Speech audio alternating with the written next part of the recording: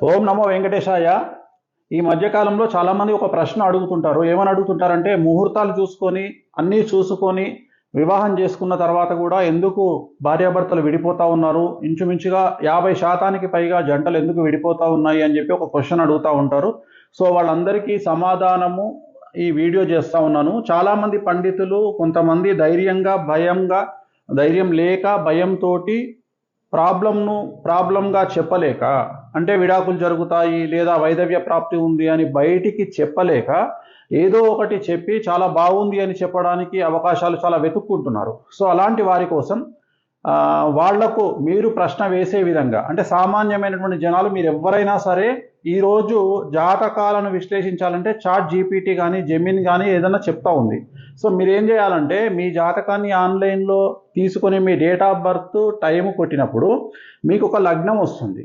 మేషం నుండి మీనం వరకు మీది ఏదో ఒక లగ్నంలో మీరు ఖచ్చితంగా పుట్టి ఉంటారు.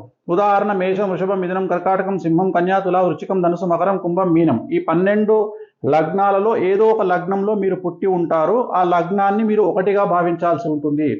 ఆ లగ్నము నుండి కౌంట్ చేసుకుంటే 7వ స్థానాన్ని కళత్రము అంటారు.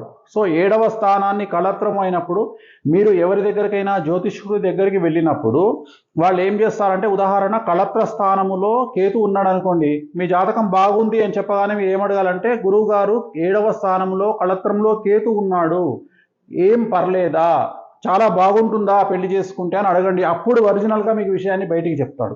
అలాగే 7వ స్థానంలో రాహు ఉన్నాడు, 7వ స్థానంలో శని ఉన్నాడు, 7వ స్థానంలో గురువు ఉన్నాడు, 7వ స్థానంలో శుక్రుడు ఉన్నాడు అని అడిగినప్పుడు ఖచ్చితంగా ఆ గురువు మీకు నిజమైనటువంటి ఆన్సర్ చెప్పేటువంటి అవకాశం ఉంటుంది. ప్రశ్న మీరే వేయాలి, గురువు గారు నా జాతకంలో 7వ ఇంట్లో కేతు ఉన్నాడు, సో నా లైఫ్ ఎలా ఉంటుంది, అలాగే 7వ ఇంట్లో శని ఉన్నాడు, సో నాకు వైధవ్య ప్రాప్తి ఎప్పుడు ఉంటుంది, అంటే భార్యాభర్తల్లో ఒకళ్ళకు థ్రెట్ ఎప్పుడు ఉంటుంది, లేదా మేము డివోర్స్ అయ్యే అవకాశం ఉందా, ఒకవేళ ఇక్కడ ఈ గ్రహం ఉండడం వల్ల ఏం సమస్యలు ఉన్నాయని మీరు వెళ్ళినటువంటి జ్యోతిష్యుడిని అడగండి, ఆన్సర్ చెప్తాడు.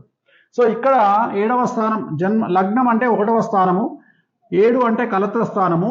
లగ్నం 1 నుండి 7లో రవి ఉంటే ఏమవుతుంది, చంద్రుడు ఉంటే ఏమవుతుంది, కుజుడు ఉంటే ఏమవుతుంది, బుధుడు ఉంటే ఏమవుతుంది, గురువు ఉంటే ఏమవుతుంది, శుక్రుడు ఉంటే ఏమవుతుంది, శని ఉంటే ఏమవుతుంది, రాహు ఉంటే ఏమవుతుంది, కేతు ఉంటే ఏమవుతుంది.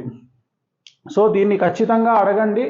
సో జనరల్గా వీటిల్లో మీకు మామూలుగా తెలిసినవి కుజుడు ఉంటే ప్రాబ్లము, శుక్రుడు ఉంటే ప్రాబ్లము, శని ఉంటే ప్రాబ్లము, రాహు ఉంటే ప్రాబ్లము, కేతు ఉంటే ప్రాబ్లము, ఇవి మామూలుగా ఎవరైనా చెప్పగలుగుతారు.